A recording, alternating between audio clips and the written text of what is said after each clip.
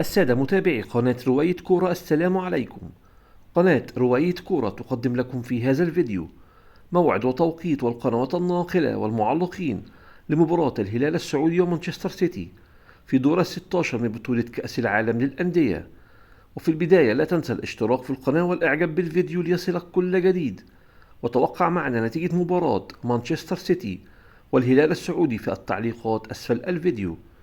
واحتل فريق مانشستر سيتي المركز الأول في جدول ترتيب المجموعة برصيد 9 نقاط، يوفنتوس في المركز الثاني برصيد 6 نقاط، العين الإماراتي في المركز الثالث برصيد 3 نقاط، الوداد المغربي في المركز الرابع بدون أي نقاط. واحتل الهلال السعودي المركز الثاني في جدول ترتيب المجموعة برصيد 5 نقاط، ريال مدريد في المركز الأول برصيد 7 نقاط، سالزبورغ في المركز الثالث برصيد 4 نقاط، باتشوكا في المركز الرابع بدون أي نقاط. مباراة الهلال السعودي ومانشستر سيتي في دور 16 من بطولة كأس العالم للأندية تنطلق اليوم الثلاثاء 1/7/2025 عند الساعة 2 صباحا بتوقيت المغرب وتونس والجزائر، 4 صباحا بتوقيت مصر والسعودية والعراق وقطر والبحرين والكويت، عند الساعة 3 صباحا بتوقيت ليبيا والسودان.